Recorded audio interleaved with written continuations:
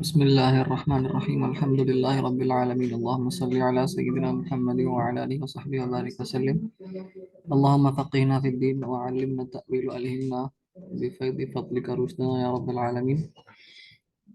अल्हम्दुलिल्लाह आज हम तहारत के आखिरी मराहिल में हैं हमारी पहली की किताब में।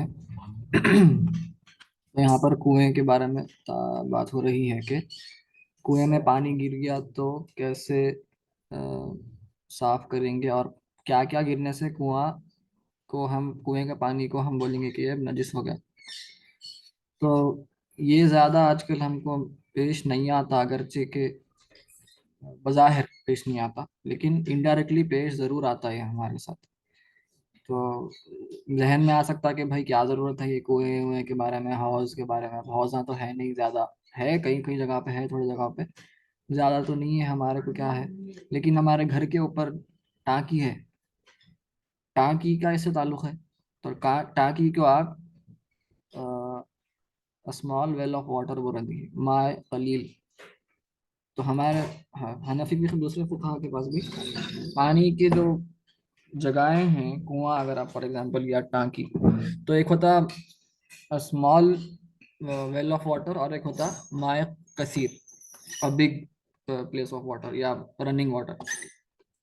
तो दो किस्म के कुएं होते। तो हमारे घर के ऊपर जो टांकी लगी हुई है वो माए कलील में आती है। और माए कलील क्या है, हम शुरू में देखे थे तहारत के शुरू में, अगर आप किसी को याद है तो तहारत के सबसे शुरू में हम इमाम शुम्बलानी फरमाए थे कि पानी के अक़साम में हम बात हुई थी इसकी। देखिए, flowing or in a large cistern, namely one with a surface area of at least 10 by 10 cubits। ज़रा क्यूबिट्स यानी ज़रा को बोलते हैं शरई एतबार, जो हम नापते हैं, एक यूनिट ऑफ मेजरमेंट है।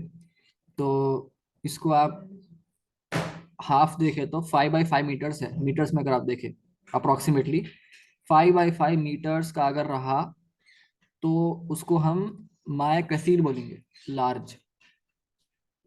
लेकिन अगर वो 5 by 5 मीटर से कम रहा, यानी 10 by 10 क्यूबिट से कम रहा, तो फिर वो स्मॉल वाटर में आ जाएगा, स्मॉल बॉडी ऑफ वाटर में माए कलील बोलेंगे।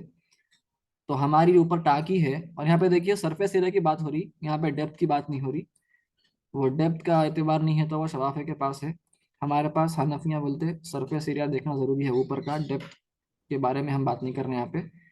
तो सरफेस एरिया यानी लेंथ बाई ब्रेथ, इसी को देखेंगे, उसकी तूल और उसका अर्थ, उसका एतबार है, दैट इज कंसिडर्ड। तो 5 by 5 मीटर से अगर कम रहा तो फिर वो माए कलील है। तो आप जो ऊपर की हमारी टांकी है नॉर्मली वो गोल रहती।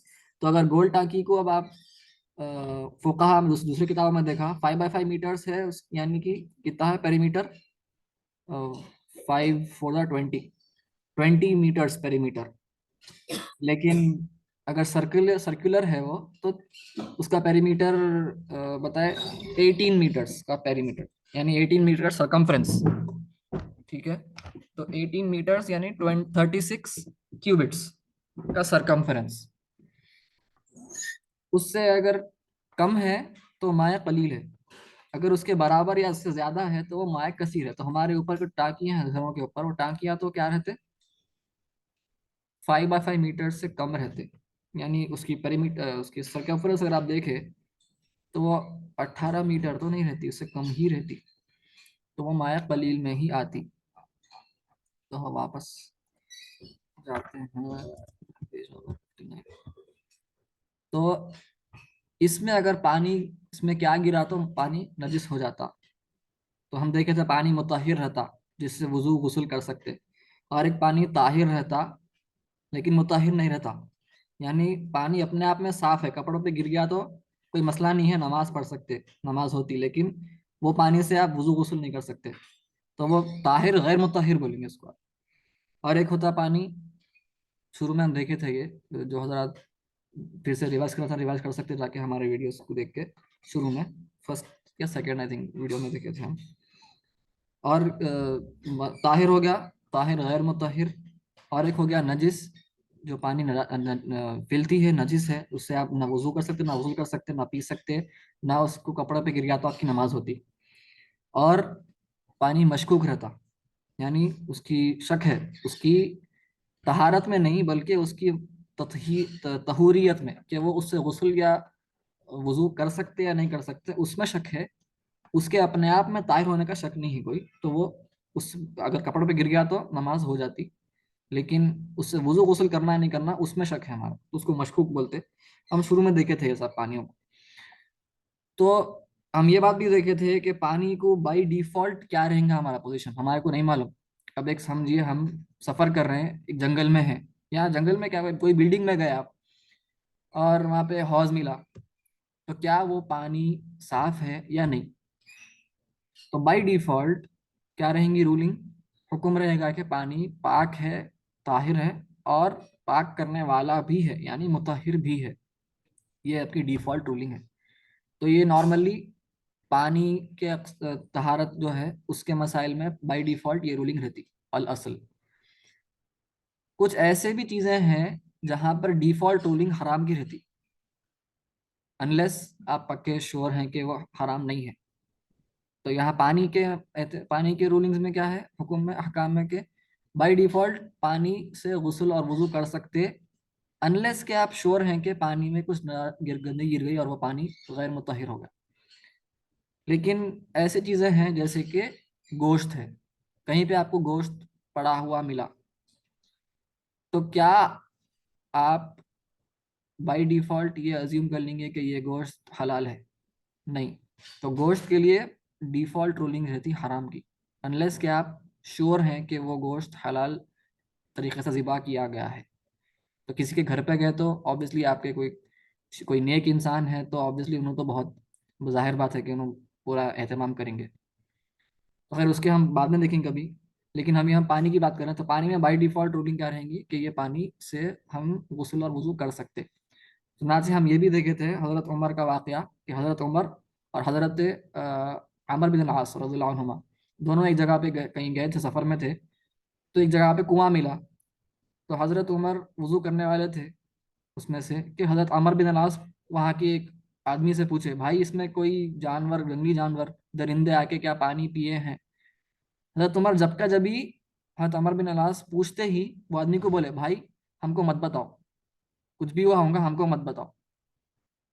इससे फुकाहा ये इस्तेमाल करे कि आपको नहीं मालूम क्या हुआ। तो हज़रत उमर होना बल्कि अ, अंधेरे में रहना चाह रहे थे, ताकि वो पानी कुछ भी होगा, कोई भी जानवर के पानी पिया होगा उस, क्योंकि उनको नहीं मालूम है। बाय डिफॉल्ट हज़रत उमर के लिए वहाँ उसका हुक्म क्या है, पाकी का है।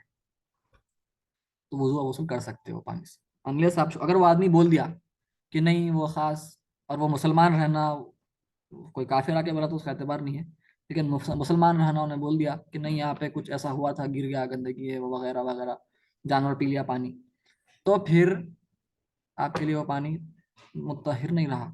हाँ, तो मैं उसको रोक दी, मत बोलो, क्योंकि डिफॉल्ट रूलिंग मेरे पास फिलहाल ये है कि मुझे पता नहीं है, तो बाई डिफॉल्ट मैं इससे आराम से वजू वसूल कर सकता हूँ, तो तुम मेरे को मत बोलो, ला तुखबिरना। चलिए, तो हम थोड़ा एक बेसिक इंट्रोडक्शन समझिए आप, उसके बाद हम जाते हैं इसके अंदर। और ये बेसिक रूलिंग्स है, इसमें और भी गहराई है, लेकिन आसानी के लिए शुरू में थोड़े से अहकाम ही देखेंगे, ये किताब में जितना भी है। तो स्मॉल वेल ऑफ वाटर, यानी माया कलील कितना है हम देख लिए, जो कि 5/5 मीटर से कम है। वो गंदगी, नजिस हो जाएगा उसका पानी जब उसके अंदर नजासत गिर जाए, जैसे पेशाब, खून। खून में भी बहता हुआ खून हम देखे थे, अगर खून बहता हुआ नहीं है, जैसे एक पेपर कट हो गया हमारे हाथ पे, पेपर कट हुआ तो वो खून नहीं बहता, बस हाँ एक एक लाइन दिखती है आपको, वो पाक है वो, उसको आप नापाकी नहीं नहीं बोल सकते, उसमें काउंट नहीं होगा वो। तो अगर पेपर कट हो लगा और आपके कपड़ों पे लग गया वो खून पेपर कट का, आपके कपड़े साफ हैं, कुछ भी नहीं हुआ। या नहीं तो मुर्गी के क्या बोलेंगे यहाँ पे, मुर्गी का पाखाना, ये सब चीजें इन नजासत में हम देखे पीछे, नजासत के मिसाल में हम देखे ये चीजें, ये सब नापाक है, नजिस है। चाहे मुगल्लज़ा हो, हैवी फिल्थ हो, चाहे खफीफा हो, उसका एतबार नहीं है, वो कंसिडरेशन नहीं है यहाँ पे। चाहे मुगल्लज़ा हो कि खफीफा हो, दोनों के दोनों अगर एक छोटे से माए कलील में गिर गए जो कि 5/5 मीटर से कम है, अगरचे कोई असर जाहिर नहीं हुआ, ट्रेसेस, ट्रेस असर का मतलब क्या है, या तो उसकी रंग, या तो उसका उसकी बो, या टेस्ट, मज़ा, तीनों में से कोई भी जाहिर नहीं भी हुए, पानी नजिस हो गया।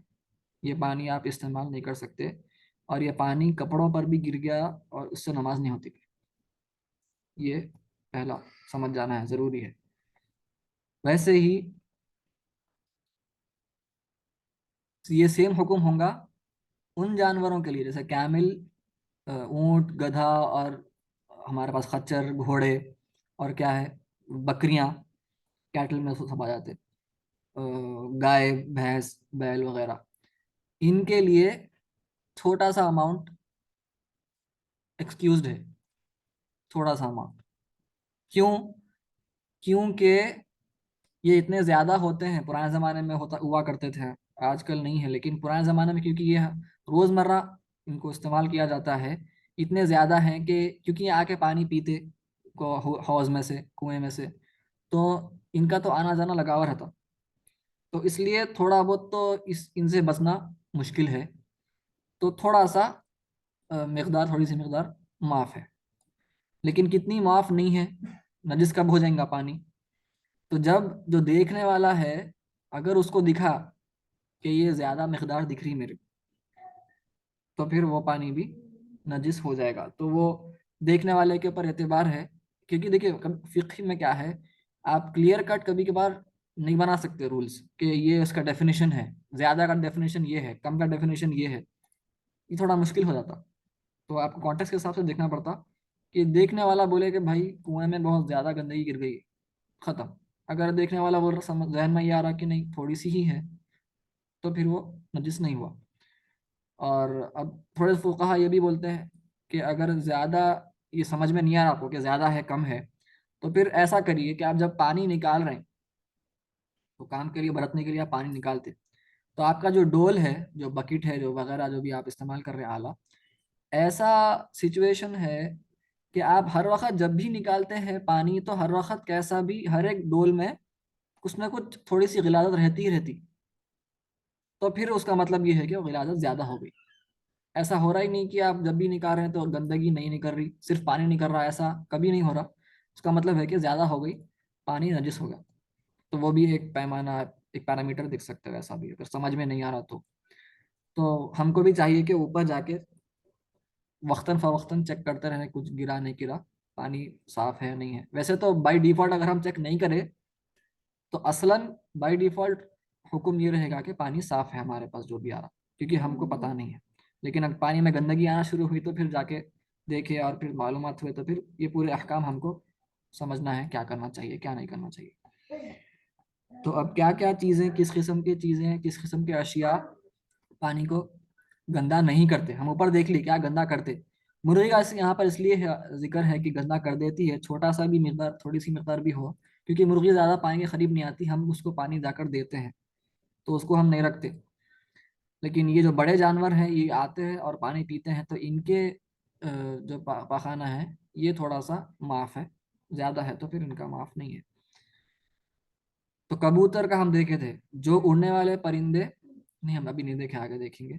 अब पीछे देख लिए हम कि जो उड़ने वाले परिंदे हैं उनकी जो बीट है वो पाक है, ताहिर है, जिसको हम खाना हलाल है। जिसको खाना हलाल नहीं है, जैसे चील है, ऐसे किस्म के जो हैं, काइट, फैल्कन, वल्चर, इन सब का नजासत खफीफा में आता, तो वो गंदगी ही रहेगी। अब उनका भी हम देखेंगे आगे क्या होता अगर उनकी गिरी तो। और जो जानवर मर जाते हैं पानी के अंदर, लेकिन उनका कोई बहता हुआ खून नहीं है, यहाँ पे नो ब्लड का मतलब बहता हुआ खून की बात हो रही, तो मच्छर है। मच्छर अगरचे कि किसी और के पास से खून लेता है, लेकिन उसका खून को हम बहता हुआ एतबार नहीं करते। तो वो भी, तो अगर आप खून को मार दिया और कपड़े पे खून, मच्छर को मार दिए और कपड़े पे खून लग गया आपके, तो वो खून नजिस नहीं है, वो पाक है, क्योंकि उसको हम बहता हुआ खून नहीं एतबार करेंगे, it's not considered flowing blood.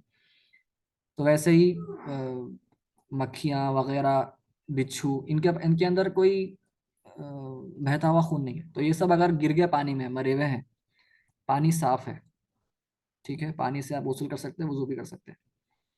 वैसे ही पानी में रहने वाले जो जानवर हैं, वो अगर मर गए, जैसे मछली और दिफदा, फ्रॉग, और जो भी किस्म के जानवर हैं, वो अगर पानी में मर गए, या पानी के बाहर मर के भी पानी में डाल दिया उनको, उसका कोई एतबार नहीं है। वो पानी में ही पलते हैं, पानी में ही रहते हैं। अगरचे कि फ्रॉग एक आप बोल सकते हैं एम्फीबियन है, दोनों पानी पर भी रहता और ज़मीन पर भी रह सकता हो, लेकिन असल उसकी पैदाइश तो पानी की है।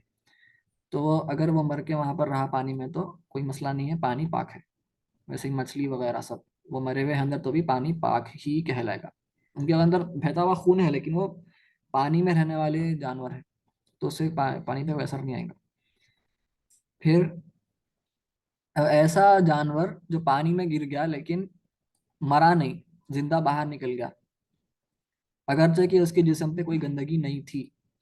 तो इसमें कोई भी जानवर, चाहे इंसान हो, खाने वाले जानवर जो हलाल हैं वो जानवर हो, या चाहे वो गधा, ये हराम है, और चील वगैरह, गिद्ध, वल्चर, ये हराम है खाने के लिए, या नहीं तो कार्निवोरस एनिमल्स जो सिबावल बहाइम बहाइम बोलते हैं उनको अरबी में, शेर वगैरह, शेर, कुत्ता, और भेड़िया वगैरह वगैरह, बबर, ये सब चीजें, ये सब किस्म के जानवर अगर पानी में गिरे और गिर के बाहर निकल गए, तो पानी साफ है, अगरचे के उनके जिस्म पे कोई गंदगी नहीं थी। तो ये भी, क्योंकि वो जब वो जिंदा है, तो ये सब जानवर जो हैं ये पाक हैं। उनको हाथ लगाए तो आपका हाथ, कुत्ते को अगर आप हाथ लगाए या शेर को हाथ लगाए उस, तो आपका हाथ खराब नहीं होता, लेकिन सिवाय सुअर के, क्योंकि सुअर नजिसुल आइन है, वो खुद अपने आप में गंदगी है। तो वो अगर गिर गया पानी में तो पानी, माया कलील की बात हो रही है यहाँ पे, वो पानी नजिस हो जाएगा। लेकिन एक बात है कि ये जो सिबाउल बहाई में कार्निवोरस, शेर वगैरह, और ये उड़ने वाले जो दरिंदे हैं, और गधा है, इनका अगर मुंह खुला रहा, पानी में गए और इनका मुंह खुला रहा, तो फिर हमको उनके थूक की क्या हुक्म है वो देखना होगा, वो आगे आ रहा, ठीक है। तो हम बज़ाहिर अगर हम देखें कि कोई जानवर कूद के निकला पानी में से, तो हम अज्यूम बाय डिफॉल्ट ये करेंगे कि पानी में उसका मुंह बंद रहा, क्योंकि हम हर वक्त, ये एक फ़िक़ही कायदा है जो हम हर वक्त शुरू से देखते आ रहे हैं, अल यकीनु ला यज़ूलु बिशक, कि यकीन को शक नहीं तोड़ सकता। ये एक फ़िक़ही कायदा है, ये प्रिंसिपल है, फ़िक़ही प्रिंसिपल। तो हम बाय डिफ़ॉल्ट हम पानी साफ है कहे थे, मुताहिर है। जानवर कूद के निकला, लेकिन हमारे को, हम नहीं देखे उसके मुंह को कि उसका मुंह खुला था या नहीं था, तो हमको यकीन था कि पानी मुताहिर है। फिर जानवर कूद के बाहर निकला पानी में से, और हमको शक हुआ कि पानी में उन्हें मुंह खोला होगा कि नहीं खोला, तो हम शक अब हो रहा है, यकीन को शक नहीं तोड़ सकता। तो वापस हम फिर से यकीन की हुक्म पर ही एतबार करेंगे कि पानी मुताहिर ही है, अनलेस कि आपको यकीन हो गया कि उन्हें मुंह खोला था, आप देखे अरे नहीं उन्हें मुंह खोला पानी, या उन्हें पानी पिया, उसकी उसकी उसका लुआब लगा पानी को, तो फिर हम बोलेंगे ठीक है, उसके लुआब का क्या हुक्म है, वो पानी का हुक्म लगाना पड़ता। आगे देखेंगे क्या अहकाम है लुआब के इंशाल्लाह। अगर कोई जानवर पानी में गिर जाए, तो जानवर के तीन किस्म के अकसाम हैं। तो यहाँ पर हम, ये बात हो रही थी पानी किससे नजिस नहीं होता, अब हम देख रहे हैं कि जानवरों के अकसाम है, पानी को अब साफ कैसा करना। अब पानी गिर गया, पानी में जानवर गिर गया, मरा हुआ जानवर, या अंदर गिर के मर गया, और वो ऐसा जानवर है जो जमीन जमीन का जानवर है, लैंड एनिमल है, पानी का जानवर है, तो उसे पानी पाक नापाक नहीं होता, पाक ही रहता। लेकिन जो बाहर का जमीन का जानवर है, वो गिर गया पानी में, मर गया, क्या करेंगे, साफ कैसा करना पानी को। और कोई पानी नहीं है हमारे पास, सिर्फ हमारे पास ये एक कुआं है। आज हम इतना आसान है हमारे को कि हमको मालूम नहीं है कितना मुश्किल होती थी पहले के ज़माने में लोगों को। तो ये फिक्र पड़े तो एक इंसान में एक जज्बा तशक्कुर पैदा होना चाहिए कि हम आज इतने आसान मजे में हैं। तो अब जब जानवर गिर जाता पानी में, तो तीन किस्म के साइज हो सकते हैं उसके, तो हनफी फुकहा के पास। या तो वो जानवर एक माउस, यानी चूहा, चूहे की कैटेगरी होगी। या नहीं तो यहाँ पे कबूतर लिखे। दूसरे किताबों में इमाम शुरबलाली, उनकी नूरुल है, नूरुल में इमाम शुरबलाली बिल्ली का जिक्र किए हैं। तो आप बिल्ली को ले लिए फॉर एग्जांपल यहाँ पे। और बकरी लास्ट होगी, बकरी यहाँ पे जिक्र नहीं है, लेकिन बकरी लीजिए। तो तीन किस्म के जानवर, एक चूहा के साइज का, एक कबूतर लिखा हुआ है लेकिन यहाँ पर आप बिल्ली ले लीजिए, और एक बकरी, बड़ी बकरी, बच्चा नहीं, बड़ी बड़ी बकरी पूरी। तो जब अगर चूहा गिरा, तो आपको वाजिब है कि आप 20 डोल पानी निकालना, 20 बकेट्स ऑफ वाटर, वो माए कलील में से कम से कम। और मुस्तहब है कि आप 30 बकेट निकाल दीजिए, 30 डोल। और एक बकेट कितनी है? वो बकेट जो नॉर्मली इस्तेमाल की जाती है वो कुएं के लिए, वो बकेट का ही हम शुमार करेंगे। अगर कोई एक्चुअल बकेट नहीं है वहां पे, तो एक एक सा के होता बकेट रहेंगी। और एक सा कितना है आज के ज़माने में, उस पर इख्तिलाफ है उलमा के दरमियान। तो मैं ये किताब में जो लिखा हुआ है मैं वो बता देता हूँ पहले, फिर निज़ाम उलमा के पास सा कितना है वो बता देता हूँ। तो हमारे ये किताब जो है जहाँ पर लिखी गई है, ट्रांसलेट की गई है, वहाँ के एतबार से वो हनफी उलमा ये किताब में वो बोलते हैं कि एक सा जो है 4.4 किलोग्राम से। तो 4.4 किलोग्राम्स ऑफ वाटर जिसमें आता है एक बकेट में, वो एक बकेट है। और हमारे निज़ामिया के उलमा 2.5 किलोग्राम को एक सा बोलते हैं, 2.5 किलोग्राम को। तो 2.5 किलोग्राम पानी आया, तो यहाँ पे आप बोल रहे हैं कि किलोग्राम से क्यों देख रहे हैं आप, पानी को लीटर से देखना चाहिए, वॉल्यूम है तो। लेकिन सा का नॉर्मली मास मेजरमेंट से ही रहता ताल्लुक, तो इसलिए मैं सा पे यहाँ पे किलोग्राम्स का एतबार किया जा रहा। तो 2.5 किलोग्राम्स निज़ामिया के उलमा का फतवा है, एक सा। और बाहर के उलमा, उनके पास कुछ बोलते हैं 4.4 किलोग्राम, जैसे ये मुसन्निफ है किताब के मुतरजिम है। और कुछ उलमा बोलते हैं 3.3 किलोग्राम्स, उस पर इख्तिलाफ है। तो निज़ामिया के उलमा पे अमल कर लीजिए, क्योंकि हम यहाँ पर हैदराबाद में रहते, बेहतर है कि हमारे इलाके के उलमा के फतवे का अमल कर लेना। तो 20 डोल निकालना है, एक डोल 2.5 किलोग्राम्स ऑफ वाटर। अगर चूहे के उतना है, या चूहे से छोटा है, या चूहे और बिल्ली के दरमियान, कबूतर लिखा हुआ है, बिल्ली को देख रहे हैं, बिल्ली और चूहे के दरमियान भी अगर रहा उसका साइज, तो हम उसको चूहे के हुक्म में ही शुमार करेंगे। तो 20 निकालना वाजिब है, 30 बकेट्स निकाल देना। निकालने का मतलब यह है कि पहले मरे हुए जानवर को निकालना, फिर पानी निकालना। थोड़े हजरात पानी निकालते जा रहे हैं, और गंदगी वैसी है। उलमा से जाके पूछे, हजरत हम 20 डोल निकाल दिए, इतने डोल निकाल दिए, तो अभी कुछ भी नहीं हो रहा। जाके देखे तो क्या है, जानवर को ही नहीं निकाले। तो पहले जानवर को निकालना है, फिर पानी को निकालना है। तो 20 बकेट निकालना वाजिब है, 20 डोल। 30 तक निकाल देता तो मुस्तहब है। और फिर अगर बिल्ली के उतना है, फिर से मैं अर्ज करता जा रहा हूँ बार बार, बिल्ली का एतबार देख रहे हैं हम। यहाँ पे कबूतर लिखा हुआ है लेकिन हम बिल्ली को देखेंगे, क्योंकि नूरुल निज़ाम में बिल्ली लिखा हुआ है। तो बिल्ली के उतना है, या बिल्ली से बड़ा लेकिन बकरी से छोटा, बिल्ली से बड़ा या बकरी से छोटा, तो वो ये एतबार में आएगा। 40 डोल निकालना फर्ज है, वाजिब है, सॉरी फर्ज नहीं, 40 डोल निकालना वाजिब। और 60 बकेट्स निकालना मुस्तहब, ठीक है। और अगर उससे बड़ा जानवर है, यानी बकरी के उतना या बकरी से बड़ा, तो फिर उस किस्म के लिए जानवर के लिए तमाम पानी निकालना वाजिब है। लेकिन अगर आप पूरा पानी नहीं निकाल सकते, तो क्या करना चाहिए? 200 बकेट्स निकालना, 200 बकेट्स निकालना वाजिब है, अगर जानवर बकरी के उतना या उससे बड़ा है,